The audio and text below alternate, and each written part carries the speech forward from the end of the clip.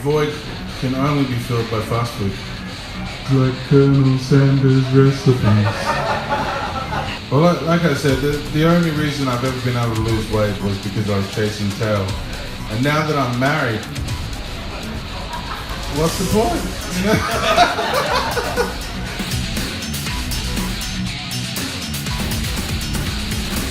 Welcome to Addicts Not So Anonymous. In this video I interview stand-up comedian Aaron Pratt about food addiction. This is part of a video series I'm doing to better understand addiction, as well as to promote my upcoming comedy festival show, Blaze Against the Machine, which focuses on addiction, the war on drugs and psychedelics. Now look, it's a small crowd, but it's cool. I've done worse. I travelled 400 k's once to go into New South Wales country land. I arrived at the gig 3 hours early, and I saw one dude already standing at the wall, like reading the news and stuff, articles up there. I thought, these country bumpkins are keen, man. And then I went back into the room about like 10 minutes before the gig start.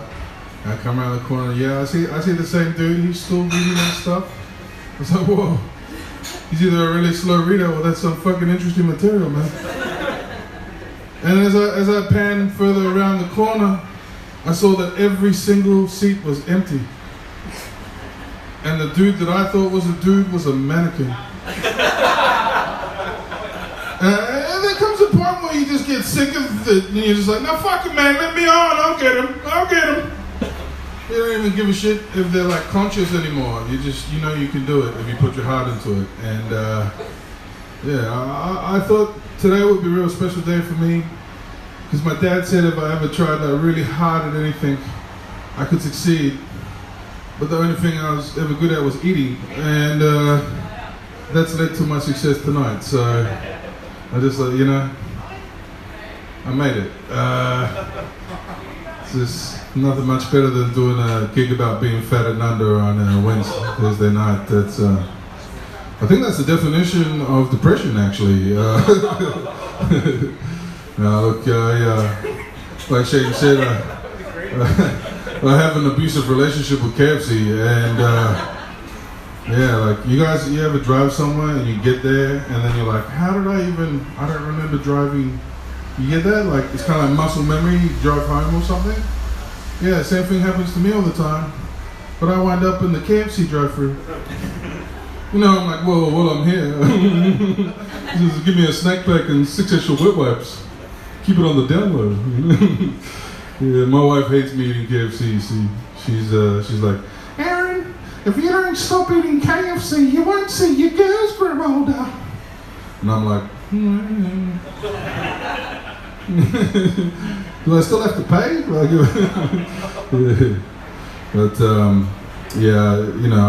I'm bad because I'll be in that drive-thru, go through for a snack pack. Next thing, a family feast later, I'm in the car park, sort of like, where do I hide my shame? And there's a car dealership just around the corner from my local. And so I parked up out the front thinking, oh yeah, they'll just think I'm a car for sale, I drive like a little pink hatchback.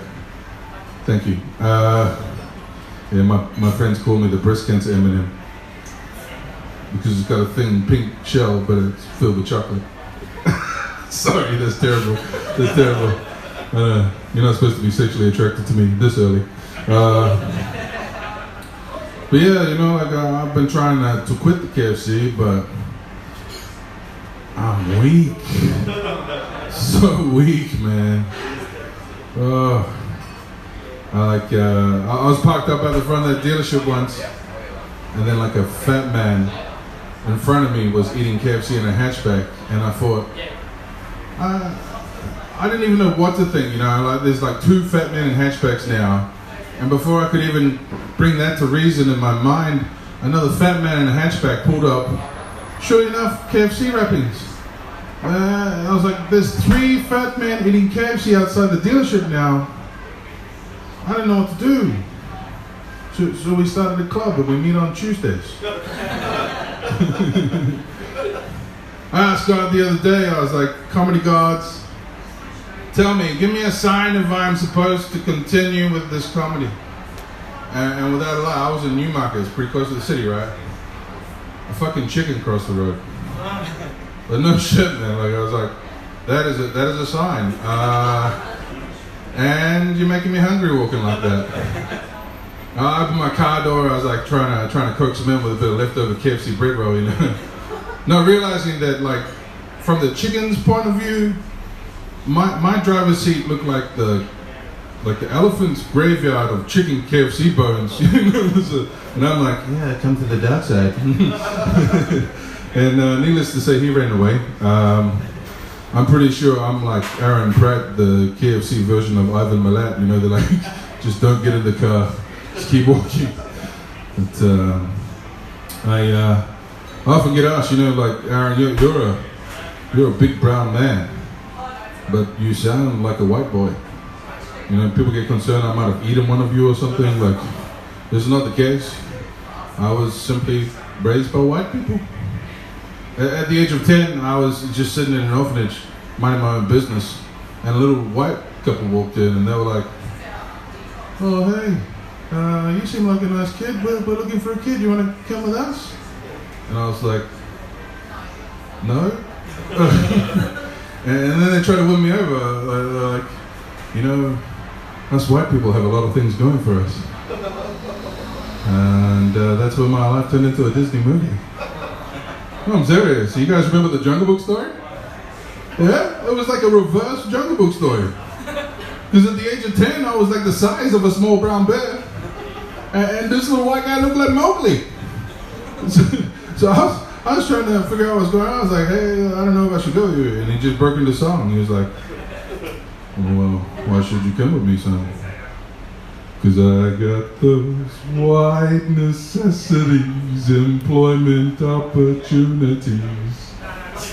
Forget about your worries and your pride, We got those white necessities like Colonel Sanders' recipes.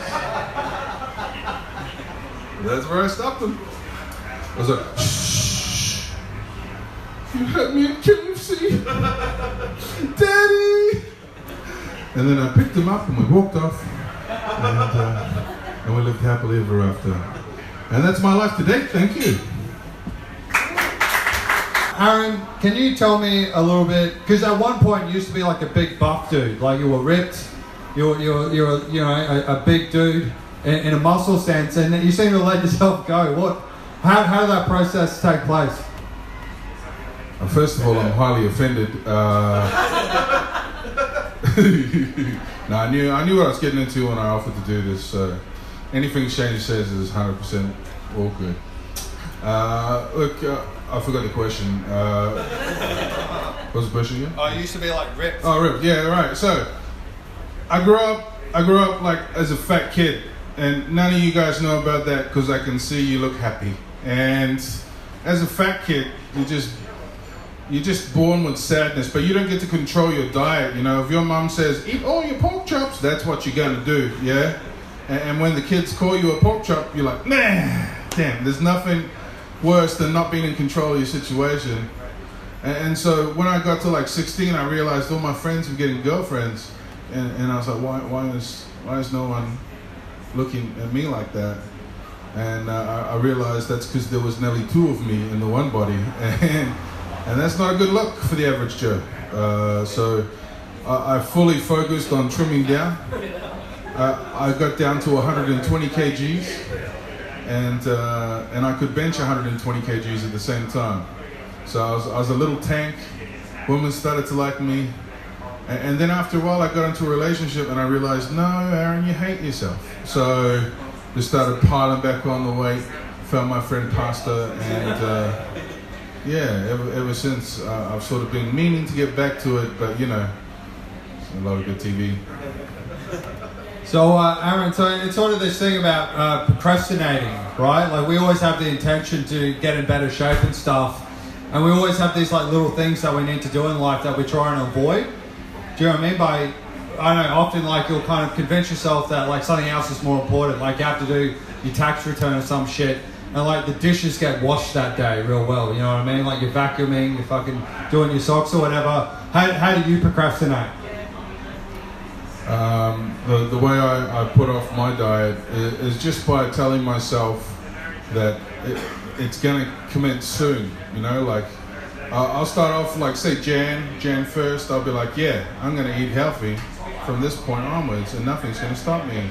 And then I'll get like a whiff of something. It doesn't matter. It could just be flatbread. I don't care what it is. It just, oh, there's something I'm not supposed to have. And my stomach has a mind of its own. You know how some guys like think with their dick? Like my brain is like this big in my stomach, and it thinks for me all the time about what choices I should make. So I'm like, no, don't do that. Just a Big Mac, thank you. You know, just I have no. It's like if I had to have self-control, I have to give the good me a weapon to take out the big bad me. You know, like the idea of me being able to say no to food is so ridiculous in my mind now that the only way I'm going to give up is if there's like no food left. You know, that's. I'm sorry if I stray. The no food left solution. So like the idea you try and eat all the food. Yes. I tried to do that with marijuana. I tried to smoke all the marijuana that existed in the world, but it was like Space Invaders. Like every time I'd finish, some more would just come. So it's endless struggle. With procrastinating, and so internally in your head, you're sort of got that intention. Do you do this process where you go, oh, I'll just have a little bit and I'll quit tomorrow. Tomorrow it'll all change. Can you kind of elaborate on that process, or the way that you'll maybe do something a little bit good and then you'll go, I deserve a reward, like more food? Yeah, my diet is similar to the way people play the pokies. So like I'll be like, oh, I'll just have a little date lined up where I'm going to quit, and then I'll go, no, you can't make that date. But if you do, you know, maybe the end of the month, you can just enjoy yourself from now to then, and from now to then you're like, yeah, I'm going to be super good, so I might as well just have a little bit more, and all of a sudden I've doubled down, you know, like, because I'm losing, and that just progressively takes me to new heights or weights. You know the movie Groundhog Day? Well, like every day's the same or whatever. Like that's how I felt when I was completely unemployed. You know what I mean? Like I was living the Groundhog Day, and much like in the movie Groundhog Day, he gets suicidal and he kills himself repeatedly, and that's sort of the mindset that I felt. When you're trying to. This is a group show. Sorry, man. This is a group show. Welcome aboard, brother. Yeah, welcome aboard. We like to do morbid stuff only when the sun's still up. Mate, you picked a great name for it. I did. It's it's gonna hail soon. Yeah. That's it. I hope while we're talking all this morbid shit, thunder starts happening in the background. That'd be really mood appropriate. I see you guys dressed up for the occasion. That's. But next time I would prefer if you wear all black. That would be nice, and maybe like black armbands. I don't know. Hey, I was wondering, just in this interval, does anyone have any questions for Aaron, or something they want to know about food addiction? Yep. Yeah, you talked about being in a relationship, and then you just realised you hated yourself. Where is she now? So just for the audio, the question was, Aaron was talking about how he was in a relationship and then he hated himself, and I think she wants you to elaborate a bit more on that. Yo, I like, food was my god. You know, I'd like, anytime I was like feeling down, I'd just get like a KFC pack or a McDonald's pack or something, and then I'd feel good for about 15 minutes, and then I'd fall asleep. Problem solved. When I got into a relationship though, I like lost all this weight. Like I went from 143 kgs down to 89 kgs. I was like skinnier than I should have been, and then I built myself up to 120. So I was like I said, a tank. And then the women started coming to me. They were like, yeah, you can do the nipple thing, cool. You know, like, I have to move it this way. It's manual now, but but you know, like. I got in the relationship with this beautiful girl, and I thought, now I'm gonna feel good. And I had nothing. I didn't feel the void. The void can only be filled by fast food. For me, that's the only void I've been able to fill it with. Anyway, fast food and unconsciousness. That's the ultra combo. I can relate to the unconscious being a good solution. You know what? You know how like people go, oh, what's your ideal drug of choice? You know that the thing they use to operate on people, anesthesia. Like I reckon that would be a great drug to have. Like whenever you're in an awkward conversation that's going nowhere, you just go, oh, just one moment. You wake up 12 hours later, they're gone. Problem solved. You know, you get in an argument with your missus or whatever. She's like, why don't you fucking sleep time? But is it that thing where like once you got in a relationship, your incentive to be, real fit went away because basically she was, the sex was on tap, so to speak. Is that part of it? Yeah, but you're not focusing on the food enough. Like, no, it was like once I had achieved that goal, and I knew I was capable of achieving it again, I was like, well, what's the point of playing this game? You've won. It would suck if you played Street Fighter against 12 rounds of Dhalsim or something, or E Honda. You just kick their ass. A little bit too young. So you guys got it. Have you tried? Look at these young 20-year-olds up the back there. Good recovery, brother. Yeah. Are you guys finished high school yet? Are you allowed to be in here? Can I see ID? They bring the average age to 55. The audience is heckling themselves. That's always a good sign at a comedy show. That's how dark we took it. Yeah, they're turning on themselves. Well done. It's like the political landscape right now. So, I was wondering, Aaron, have you tried? This is the thing that I've been trying to do to solve my addictions, is meditating. Do you know, like this? It sounds really counterintuitive, right? Because like when you're like craving and you're like, oh fucking feed, end the pain, right? Like you don't think, oh, maybe I'll just sit down and close my eyes and focus on my breathing. Do you know what I mean? But like it helps. But like what I mean is like, how come all the good stuff isn't addictive? Do you know what I mean? Like no one's like, oh man, can I borrow $20, man? I just got to do one more yoga class. Do you know what I mean? Like I was wondering, have you tried those kinds of things, like meditating or any of that kind of shit? Well, like I said, the only reason I've ever been able to lose weight was because I was chasing tail. And now that I'm married, what's the point? Like, seriously, do I really want to look good and put myself in a position where I might be hit on? No, I'm happy being the fat man in the corner. And sorry, you're saying about like the good stuff. Have I ever tried anything like that? Apart from gym, when I wanted to chase tail, that was the only good addiction I ever had. Was heading there. All the rest of them just been shithouse. It's interesting. I just had an image of you at the gym, just doing like just one more, like just visualizing a pair of tits as you're pushing up. Just keep going, Aaron. You're gonna get there. But it's interesting what you said. So you use this rationale just then of, oh well, if I get really fit, I'm gonna get hit on all the time, and it's gonna fuck with my marriage. So are you saying that obesity is saving your marriage? It's a protective shell. I'm like a tortoise, right? So if I ever see hot chicks, I just into my fat rolls, and but it is like it's definitely no one's ever gonna walk up to me and go, tonight's your lucky night. They're risking being killed if I fall on them. It's fucking impossible for a woman to find this attractive. So I literally have like a protective sheath of loyalty. That's what I call it. That's great. You've got you're a really loyal husband. It's beautiful. Look how loyal I am. Yeah, look at this loyalty. Look at these cheating motherfuckers. That's it. The infidelity. You better buy her a burger, bro.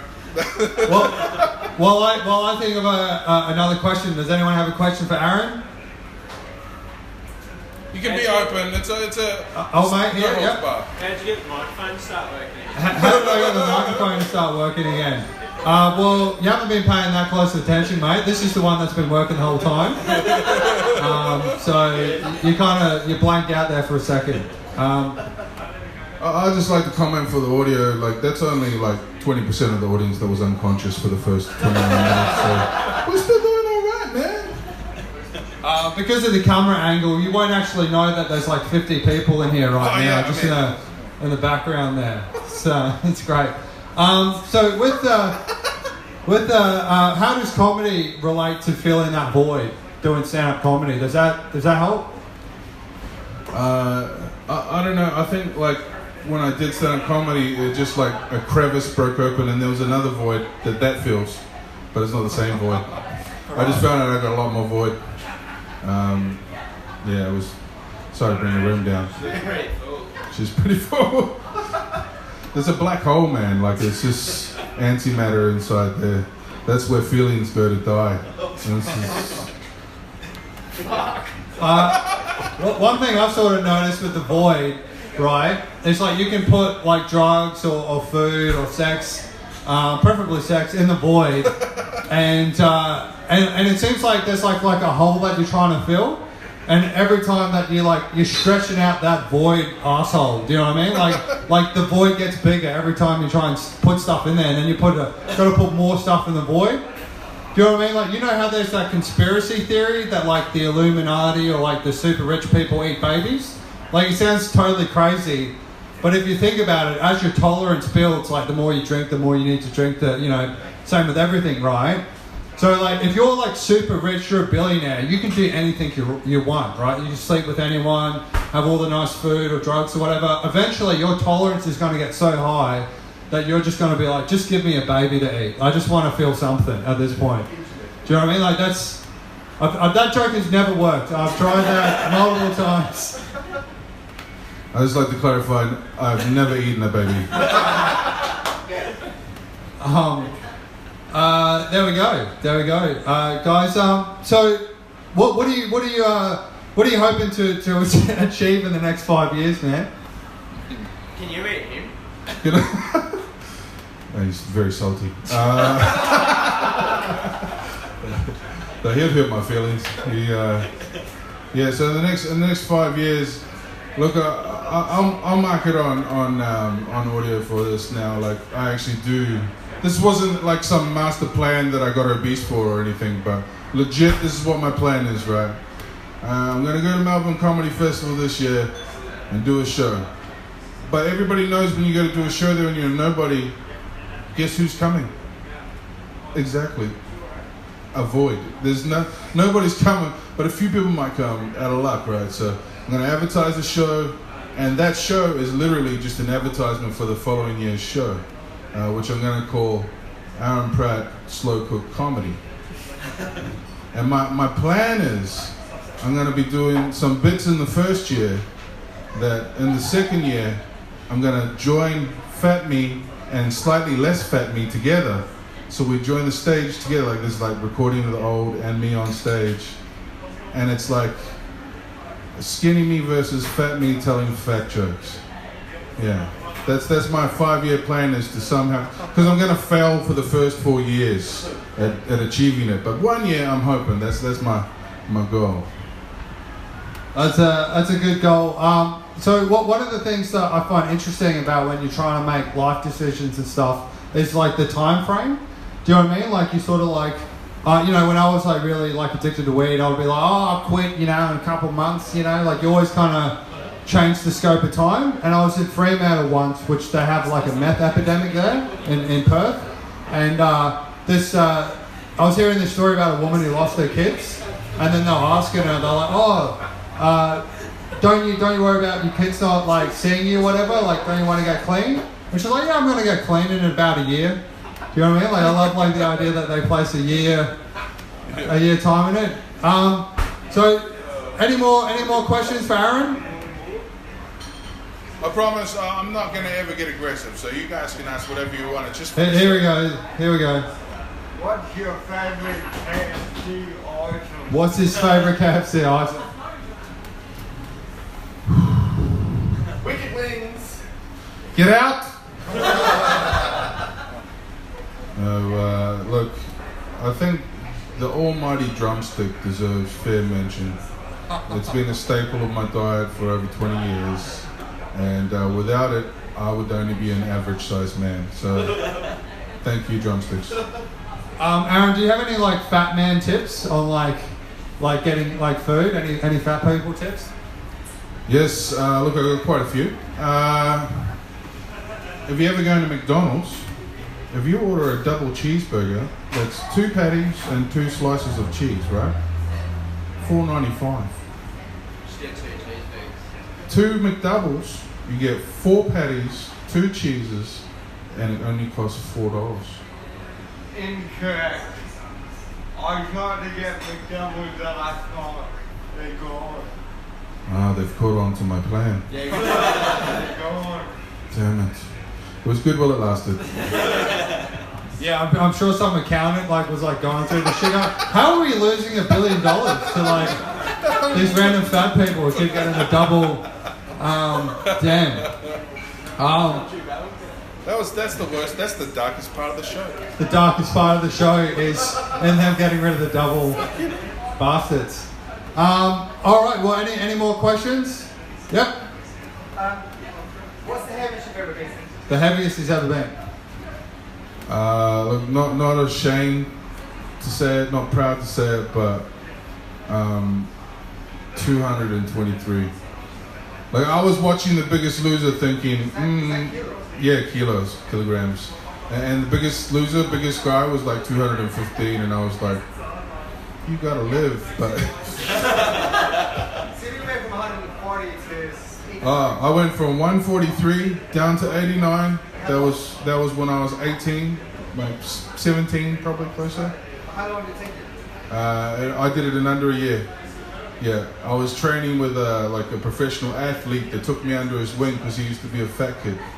Serious. He's like, I will train you. This is like my Mr. Miyagi, you know, like, and for real, he had me eating rice and tuna as my staple main.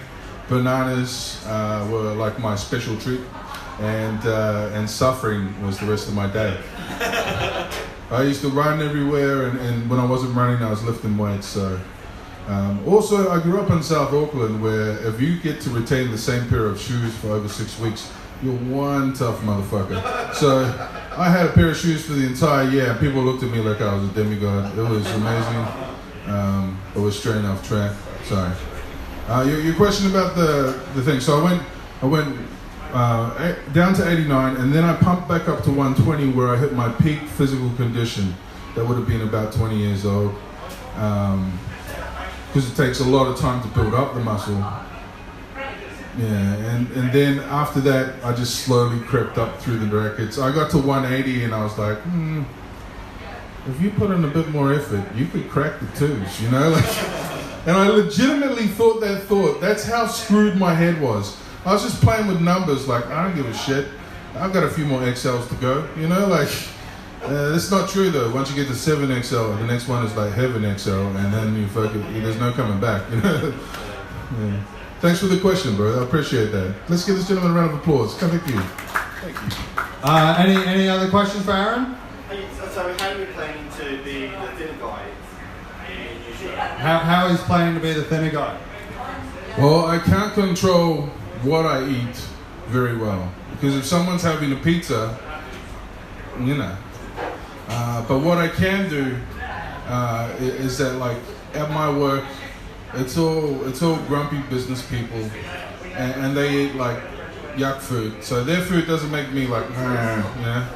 And I can get away with not eating till about 11 o'clock.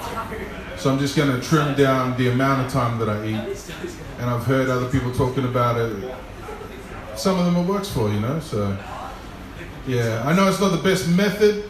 I know some people go, oh, that's dangerous. You know, if you starve in your body during the morning, breakfast is the most healthy meal of the day. And then I just say 223 kgs. You know, like, just anything is better at this stage. I could shoot some fat off me and it would be healthier, you know, if I took 9 shots to the gut. So any method that works is fine. And the only one that I can do is like nothing. You know, I can't just go and have a nibble of something because it will turn into a box of something. But I can restrain myself to go nothing up until 11, and then watch out of your lunches at Mark. So that's. I'll be keeping my eye out the window at 11 o'clock, p.m. just to see Aaron out there on my yard, growling, howling at the mood for some food. Hey, me and Aaron have other gigs to go to across town. Can we get a round of applause for Aaron? Comedy and sharing some really cool stuff. Also, if you want to follow Aaron Pratt on Facebook, it's Aaron Pratt Comedy. There's no money in this, so that would help him out if you wanted to show some appreciation. We're doing this every Thursday. Next Thursday, we're going to come back with a comedian called Dan Rath, who's a real anxious. His thing is procrastinating. Like his whole life is one big procrastination. And thanks, guys. Enjoy the rest of the evening. Cheers. Thanks for having us. Cheers, guys.